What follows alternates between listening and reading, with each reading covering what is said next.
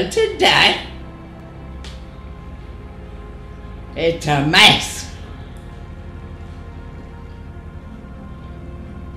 But to say it's a mess, thank God for the good people who are listening, trying to make it better.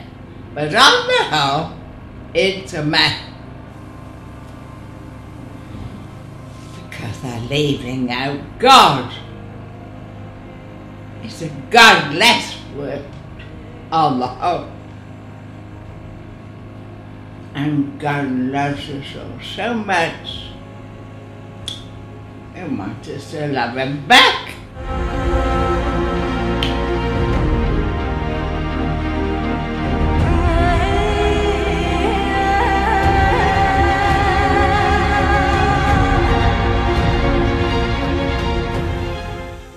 Bonjour. L'homme, écrit Laurent Elsdy, est un orphelin dans l'univers. Il est le seul être vivant à se demander pourquoi. Les autres animaux ont seulement un instinct pour les guider.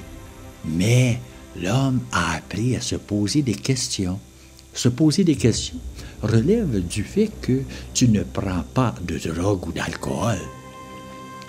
Qui suis-je? Se demande-t-il. Pourquoi suis-je ici? Où vais-je?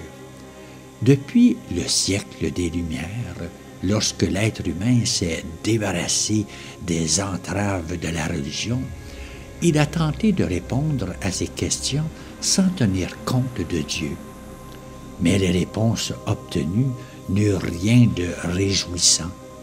Au contraire, elles furent sombres et terribles. Nous sommes le résultat d'un accident de la nature, un résultat de la matière, du temps et du hasard. Il n'y a aucune raison pour notre existence. Seule la mort nous attend. L'homme moderne pensait qu'en se débarrassant de Dieu, il serait libre de tout ce qui l'opprimait et l'étouffait. Il découvrit, au contraire, qu'en tuant Dieu, il se tuait également, car sans Dieu, la vie devient absurde. Le destin ultime de la race humaine n'est que son anéantissement. La vie humaine devient dénuée de toute signification et de toute valeur. Examinons chacun de ces points. Premièrement, sans Dieu, le destin ultime de la race humaine ne peut être que son anéantissement. D'après certaines personnes appartenant à la communauté scientifique, l'homme, à la fin du XXe siècle, semble faire face à la perspective imminente d'un holocauste nucléaire ou d'une famine mondiale. La race humaine va-t-elle simplement s'en aller en fumée, perdue dans l'oubli d'un univers indifférent? Dans le roman « La machine à voyager dans le temps », le héros de Wells voyage très loin dans le futur pour découvrir le destin de l'homme. Il n'y trouve qu'une terre morte et silencieuse tournant autour d'un gigantesque soleil rouge. Lorsque, comme croyant, je lus ce roman, pour la première fois, je me suis dit « Non, non, cela ne peut se terminer de cette façon. » Mais s'il n'y a pas de Dieu, c'est là notre seul destin possible, qu'on le veuille ou non. Comme le dit T.S. Eliot, c'est ainsi que le monde finit. C'est ainsi que le monde finit. C'est ainsi que le monde finit. Non pas dans un boom, mais dans un gémissement. Deuxièmement, sans Dieu, la vie de l'individu n'a aucune signification fondamentale, car sans Dieu, tout se termine à la mort. Si c'est le cas, quelle signification fondamentale un individu peut-il donner à sa vie? Certes, nous pouvons dire que notre vie a eu une importance en ce qu'elle a influencé les autres ou affecté le cours de l'histoire. Notre vie a pu être importante par rapport à certains autres événements, mais quelle est la signification finale de ces événements? Si tous les événements sont dénués de sens, alors quel peut être l'intérêt de les influencer? Si malgré tout, les conditions du savant pour l'avancement de la connaissance humaine, toutes les recherches du médecin pour soulager la douleur et la souffrance, tous les efforts du diplomate pour assurer la paix mondiale, tous les sacrifices des hommes et des femmes de bonne volonté partout dans le monde pour améliorer le sort de la race humaine, tout se termine par la mort, cela, en fin de compte, ne change rien du tout. C'est l'horreur de l'homme moderne, parce que sa vie se termine dans le néant. Il est lui-même néant. Troisièmement, la vie ne peut reposer sur aucune valeur.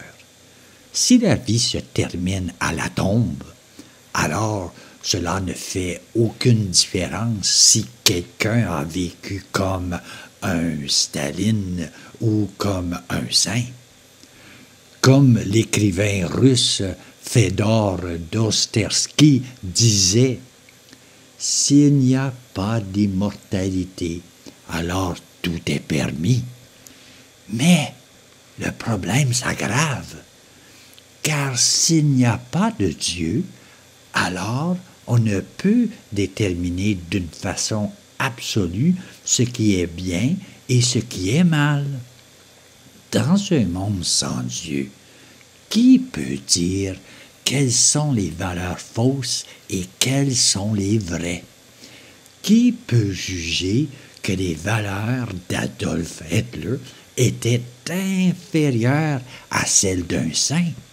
Car, dans un univers sans Dieu, le bien et le mal n'existent pas. Et il y a seulement le fait aride et sans valeur de l'existence. Et personne ne peut dire que tu as raison et que moi j'ai tort. J'espère que vous commencez à voir la gravité du choix qui se trouve devant nous. Car si Dieu n'existe pas, alors tout ce qui nous reste est le désespoir. La vie n'aurait aucun but, aucune signification et aucune valeur, car, comme un écrivain moderne le dit, si Dieu est mort, l'homme est mort aussi. Que pouvons-nous faire face à cette situation? À mon avis, nous avons trois possibilités. Nous suicider face à l'absurdité de la vie. On devrait simplement y mettre fin maintenant. Camus considérait le suicide comme étant la seule question philosophique sérieuse. Est-ce que cela vaut la peine de continuer à vivre? Nous entendons parler de gens qui ont répondu non. Mais pour la plupart d'entre nous, les plaisirs de la vie et la crainte de l'inconnu nous forcent à continuer de vivre. La deuxième possibilité est de faire face à l'absurdité de la vie et de vivre courageusement. Mais le problème ici, c'est qu'il est impossible de vivre logiquement et heureux avec une telle perspective. En effet, la plupart des gens, dans leur subconscient, suppose que la vie a une signification, une valeur et un but, même s'ils n'ont pas le droit de le faire, puisqu'ils ne croient pas en Dieu. L'homme peut vivre sans signification. C'est la prise de conscience de ce fait qui a poussé quelqu'un, philosophe, à dire qu'on peut se créer un sens à la vie, même s'il n'y en a pas vraiment. Mais ce choix est le choix de vivre une illusion illogique. C'est facile à comprendre.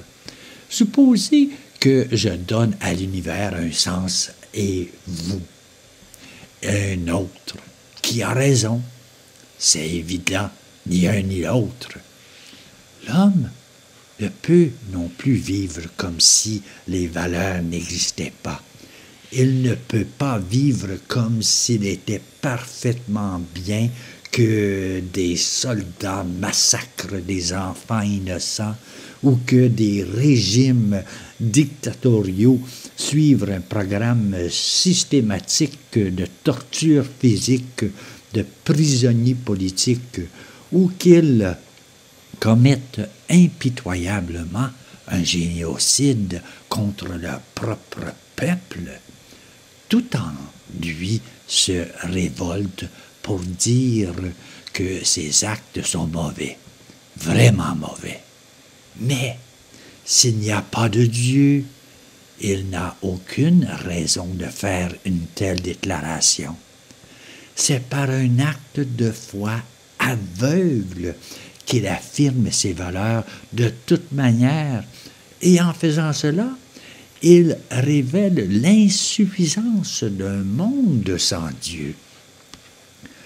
Quand on en vient au problème du but dans la vie, la seule façon de vivre heureux pour la plupart des gens qui nient un but à la vie et à se fabriquer un but quelconque, ce qui revient à se faire des illusions ou d'emprunter la croyance en l'immortalité de leurs ancêtres, bien qu'il n'ait aucune base pour cette croyance, puisqu'ils ne croient pas en Dieu.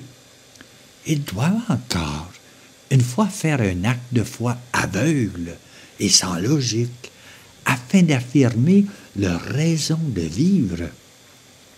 Comprenez-vous maintenant pourquoi? Si Dieu est mort, l'homme est mort aussi. L'homme ne peut pas vivre logiquement et heureux si la vie n'a aucun sens, aucune valeur ou aucun but. Et maintenant, voici la troisième alternative et la dernière. Dieu existe et la vie a un sens, une valeur et un but. C'est la position du christianisme biblique qui dit qu'il y a un Dieu qui vous aime et qui vous a créé, que vous le connaissiez personnellement pour toujours. La Bible dit, Dieu a tant aimé le monde qu'il a donné son Fils unique, afin que quiconque croit en lui ne périsse point, mais qu'il ait la vie éternelle. Jésus, en priant le Père, définit la vie éternelle comme suite. Or, la vie éternelle, c'est qu'ils te connaissent, toi, le seul vrai Dieu, et celui que tu as envoyé, Jésus-Christ. Le christianisme biblique fournit les deux conditions nécessaires à l'homme, Dieu et l'immortalité. Selon Jésus, le sens et le but de la vie consistent dans la connaissance personnelle de Dieu, qui est lui-même la norme absolue pour la détermination de nos valeurs. Il nous reste donc trois choix comme solution à la situation difficile de l'homme moderne. Deux ne fournissent pas les conditions nécessaires à une vie heureuse et logique. Seulement la troisième est réussie. Laquelle, alors, choisiriez-vous? Bonne journée à toi.